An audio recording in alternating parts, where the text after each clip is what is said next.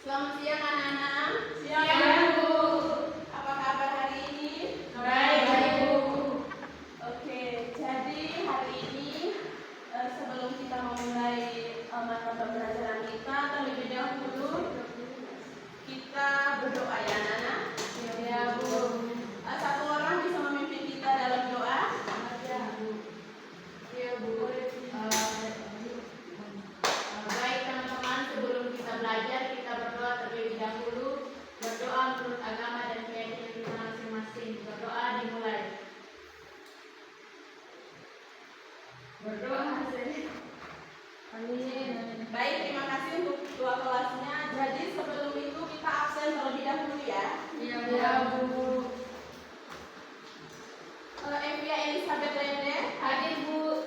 Maria Astika, Hadir, Bu. Anita Dava, Hadir, Bu. Arianti, Hadir, Bu. Rivaldi. Hadir, Bu. Oke, jadi hadir semua ya Nana. Ya, Bu.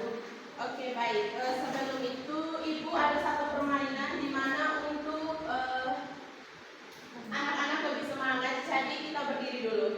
Semuanya silakan berdiri. Jadi ikuti instruksi Ibu ya. Ketika Ibu bilang halo, jawabannya kebalik. Hai. Ketika Ibu bilang hai, jawabannya halo. Oke? Oke, Bu. Kita mulai. Halo. Hai. Hai. Halo. Halo, halo, hai, hai. Hai, hai, halo, halo. Oke, silakan duduk ya anak-anak. Terima kasih.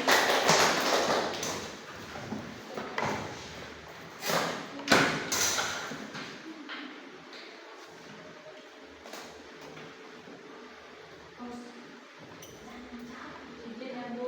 Iya. Oke anak-anak, jadi materi kita hari ini tentang pasar. Nah, sebelum Ibu menjelaskan apa itu pasar, Ibu mau tanya, sudah pernah pergi ke pasar? Sudah, Bu.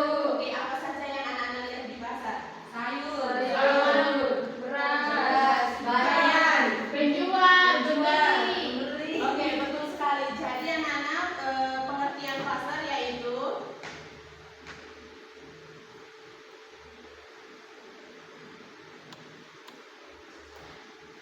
pasar adalah tempat atau mekanisme terjadinya interaksi antara penjual dan pembeli anak-anak. Seperti yang anak-anak ketahui bahwa di pasar itu tuh semua orang tuh melakukan banyak sekali interaksi di pasar. Baik itu ada penjual, baik itu ada pembeli, ada produsen, ada konsumen. Jadi produsen itu adalah orang yang menyediakan barang dan konsumen itu adalah kita calon pembeli barang tersebut. Sampai di sini sudah mengerti? Sudah, Bu. Ada yang ingin ditanyakan? Tidak ada. Oke, kalau tidak ada kita lanjut ke materi kita berikutnya.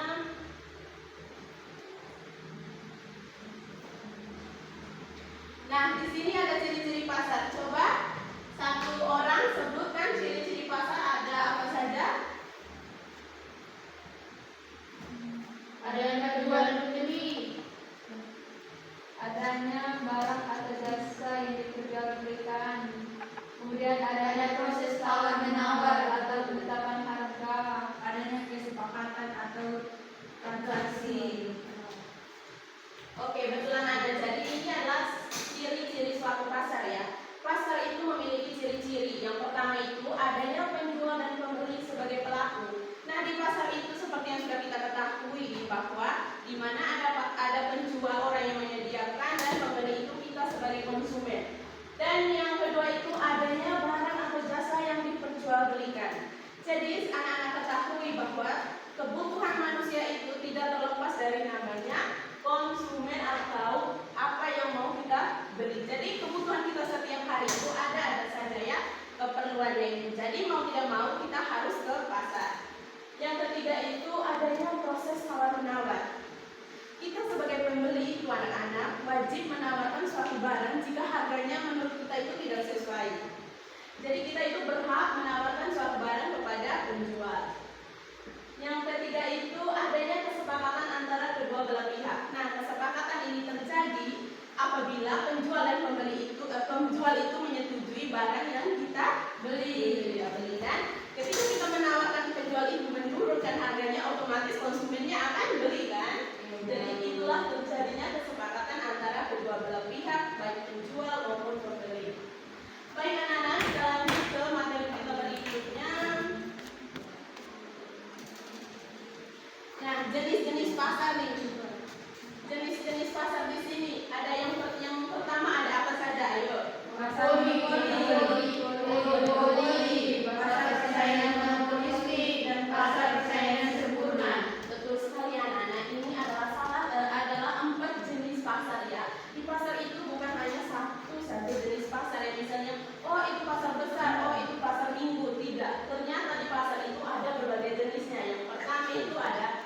pasar monopoli, pasar oligopoli, pasar persaingan monopolistik, dan pasar persaingan sempurna.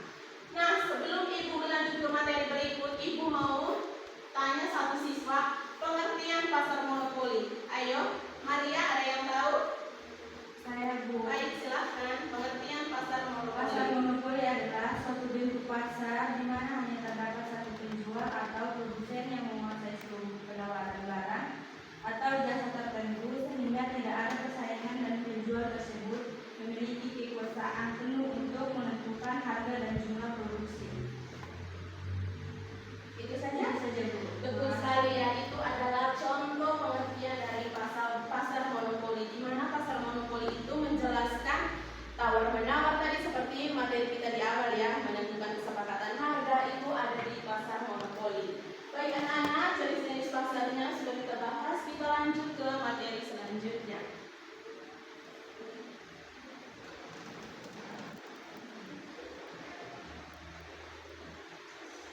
Nah, di sini ada unsur-unsur pasar. Yang pertama itu, suatu pasar dapat terbentuk jika terdapat ada unsur-unsur pasar. Yang pertama, penjual itu sebagai pihak yang menawarkan barang atau jasa. Yang kedua, ada pembeli, itu pihak yang membutuhkan barang atau jasa objek yang diperjualbelikan. Yang ketiga, harga, itu adalah nilai tukar barang atau jasa. Yang keempat, tempat atau sarana transaksi, lokasi atau media terjadinya transaksi.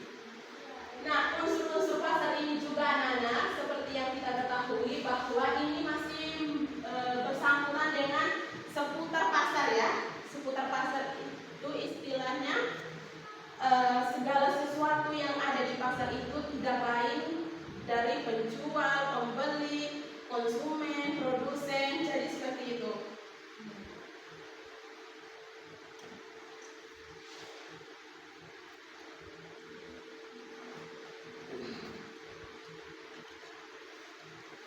Nah, di sini ada fungsi pasar. Coba satu orang baca fungsi pasar ada apa saja.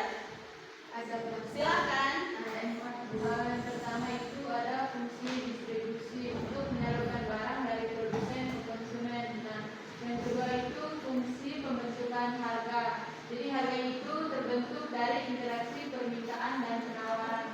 Nah, kemudian yang ketiga fungsi promosi. Jadi fungsi promosi itu sarana memperkenalkan produk kepada konsumen. Iya, betul sekali, Ekrin ya. Terima kasih Bapak, definisinya betul sekali. Tetapi lebih jelas, Ibu menyiapkan satu media atau dua. Ini coba Nana perhatikan ya. Sudah lihat semua gambarnya? Sudah Bu. Kira-kira ada yang tahu tidak sedang apa ini? Sedang memperjualbelikan. Ada lagi? Melakukan transaksi jual beli. Iya, betul sekali ya. Seperti yang kita ketahui ini, bahwa ini adalah salah satu contoh kegiatan di pasar ya, anak-anak. Kurang lebihnya seperti ini. Jadi ini ada ibu-ibu yang menawarkan barangnya kepada pedagang. Ini sama saja ya. Mungkin kegiatan interaksi di pasar itu selain ini apa saja? Ada yang tahu? Selain jual beli atau selain menawarkan barang ada apa lagi? Ayo, siapa yang tahu? Promosi. Iya, betul sekali. Ibu tanya, interaksi di pasar itu apa saja selain menawarkan barang kepada pembeli? Promosikan suatu barang. Iya, betul ya anak-anak. Bapak, sebelum kita lihat di gambar ini, Bapak kita sudah berpikir ya bahwa di pasar itu tuh banyak sekali interaksi yang dilakukan ya, baik penjual membeli barang kepada pembeli membeli barang kepada penjual, petugas pasar melakukan wawancara terhadap penjual, itu pun banyak sekali anak-anak. Ini salah satu atau contoh kegiatan yang ada di pasar.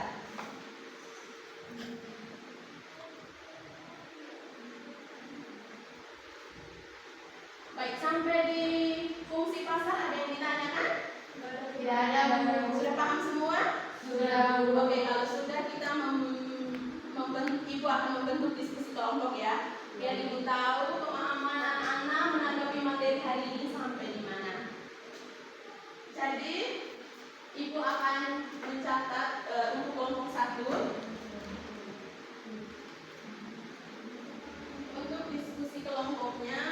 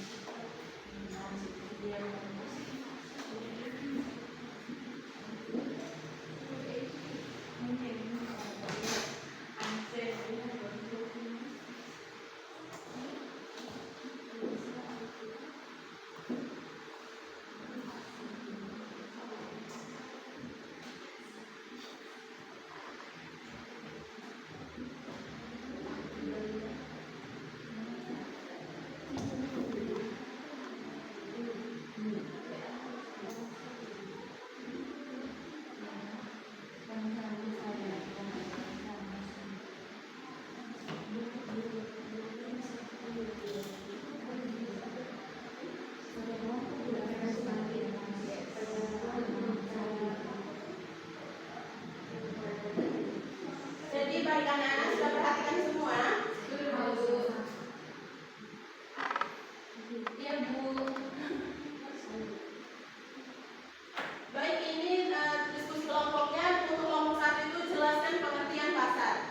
Kelompok 2, mengapa keberadaan penjual dan pembeli menjadi ciri utama di pasar. Dan yang ketiga itu, apa yang akan terjadi jika suatu wilayah tidak memiliki pasar. Silakan ya untuk kelompok dulu. Berapa kelompok Bu? 3. Iya, 3 kelompok. 2 orang ya Bu? Iya, iya betul, 2 orang.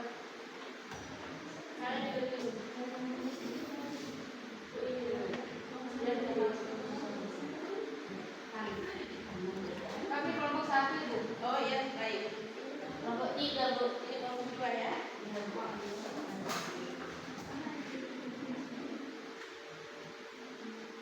Berapa menit Bu? Ibu kasih waktu 5 menit dulu ya. Kita relax dulu, jangan terlalu tegang. Nanti setelah itu baru maju ke depan ya. Ya Ibu. Oke.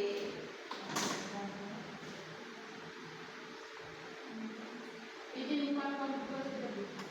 Iya, tapi duluan kelompok 1 ya. Kita Kan dulu udah sabar ya Bu, biar ada sabar ya Bu. Nah, betul. Jadi kita itu harus disiplin ya. Jadi duluan 1, 2 baru 3. Di mana-mana nggak ada yang 3, 2, 1. Baik, maaf ya Bu. Iya, nggak apa-apa, nggak apa-apa. Kalau orang ketiga Bu. Kalau orang ketiga bisa nggak?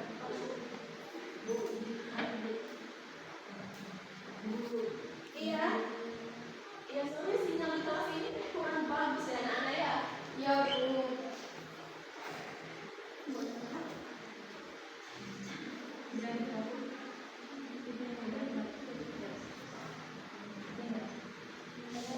Izin ya Bu. Iya, yang 1 orang silakan membenarkan ini.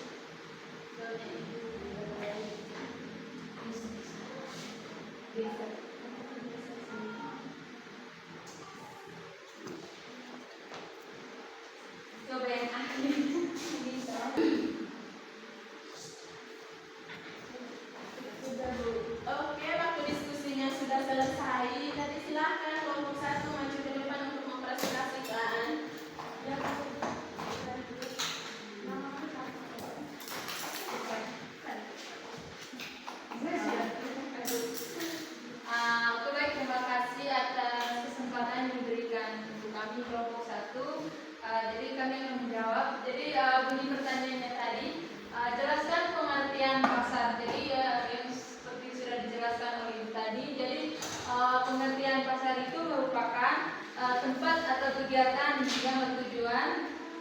yang bertemunya penjual dan pembeli untuk melakukan transaksi jual beli barang atau jasa sehingga terbentuknya harga berdasarkan kesepakatan antara kedua belah pihak. Nah, jadi pasar tidak selalu berupa fisik. Nah, jadi dalam ilmu ekonomi itu pasar dapat terjadi di mana saja selama adanya interaksi antara penjual dan pembeli, nah, baik secara langsung maupun secara tidak langsung. Mungkin sekian saja dari kelompok kami kembali ke ibu. Baik, kita berikan aplaus kepada kelompok 1. Sekarang saatnya kelompok 2. Silakan kelompok 2. Oke, baik, terima kasih atas waktu dan kesempatan yang diberikan kepada kami kelompok 2. Izinkan kami untuk mempresentasikan hasil diskusi kami. Baik, kami akan menjelaskan mengapa keberadaan penjual dan pembeli menjadi ciri utama pasar. Nah, penjual dan pembeli merupakan unsur utama pasar karena tanpa salah satu pihak tersebut kegiatan jual beli tidak dapat berlangsung. Penjual menyediakan barang atau jasa, sedangkan pembeli memiliki kebutuhan dan daya beli untuk membeli barang tersebut. Sekian presentasi kami dari kelompok 2, akan kembali kepada Ibu. Baik, kita berikan aplaus kepada kelompok 2. Kelompok silakan duduk. Terima kasih Bu. Kelompok 3 silakan maju.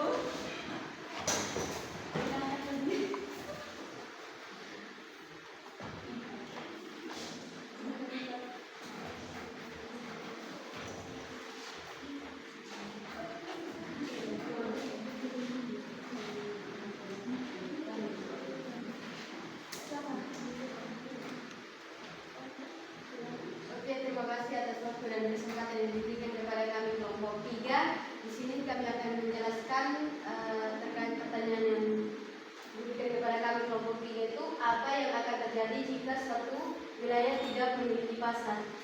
Oke, silakan. Baik, saya akan menjelaskan tentang pertanyaannya apa yang akan terjadi jika suatu wilayah tidak memiliki pasar. Jika suatu wilayah tidak memiliki pasar, masyarakat akan kesulitan memenuhi kebutuhan hidupnya karena tidak ada tempat untuk melakukan jual beli. Hal ini dapat menghambat kegiatan ekonomi dan menurunkan kesejahteraan masyarakat. Terima kasih. Baik, kita berikan aplaus kepada kelompok 3. Terima kasih, Bu. Oke anak-anak, jadi di mana anak-anak sudah pahami semua ya untuk materi hari ini. Jadi dari diskusi kelompoknya dengan begitu jawaban yang sangat-sangat memuaskan. Jadi sebelum kita mengakhiri pembelajaran kita hari ini anak-anak, karena waktunya sudah sangat singkat, Ibu mau mengakhiri, tapi sebelum itu Ibu mau memberikan tugas ya. Di mana tugas rumahnya itu anak-anak membuat suatu media tentang interaksi di pasar. Bisa? Bisa, Bu. Misalnya mengambil satu gambar orang yang sedang melakukan transaksi jual beli atau wawancara. Nah, di fotoan terus gambarnya dibawa ke sini ya. Ya, baik. Oke, jadi minggu depan itu sebelum kita masuk ke materi berikutnya, satu orang ya, satu orang satu gambar ya. Mempresentasikan media tersebut di depan. Sudah mengerti semua? Sudah, Bu. Oke, kalau sudah, untuk materi hari ini siapa yang bisa menyimpulkan? Saya, Bu. Silakan. Baik, izin menyimpulkan bahwa pasar merupakan unsur yang tidak dapat dipisahkan dari kehidupan manusia. Pasar tidak hanya berfungsi sebagai tempat jual beli, tetapi juga sebagai penggerak utama kegiatan ekonomi, sarana pemenuhan kebutuhan serta pendukung kesejahteraan masyarakat. Oleh karena itu, keberadaan pasar itu perlu dijaga dan dikembangkan agar dapat terus memberikan manfaat bagi kehidupan ekonomi dan sosial masyarakat. Oke, betul sekali anak. Seperti yang disimpulkan oleh Evia tadi, itu adalah rangkuman dari materi pasar kita hari ini. Tetapi untuk memperjelaskan lagi, Ibu akan menyimpulkan bahwa pasar itu merupakan unsur yang tidak dapat dipisahkan dari kehidupan manusia ya. Apapun kebutuhan itu pasti kita larinya ke pasar ya. Apalagi kita yang hidup di desa-desa itu pastinya sedikit-sedikit ke pasar. Tidak mungkin kita ke mall kan? Iya, Ya betul. Jadi materi kita sampai di sini. Ada yang ditanyakan sebelum ibu mengakhiri? Izin bertanya Bu. Silakan. Tugas individunya tadi itu Bu, batas minggu depan apa? Iya betul sekali, untuk tugas individunya itu Arianti sebelum materi minggu depan ibu mulai, ibu minta Arianti mempresentasikan ya. Jadi satu orang satu gambar, oke? Itu sanksinya nanti ibu bahas kemudian ya. Ya, Bu. Baik anak-anak, materi kita sudah selesai. Silahkan tinggalkan jangan lupa kita akhiri kelas kita hari ini dengan doa ya anak-anak. Silahkan satu orang memimpin kita dalam doa. Baik teman-teman, sebelum mengakhiri pembelajaran kita hari ini kita berdoa terlebih dahulu. Berdoa dimulai. Berdoa selesai. Oke anak-anak, selamat siang semua. Silahkan pulang ke rumah ya. Ya, Bu. Terima kasih ya Bu.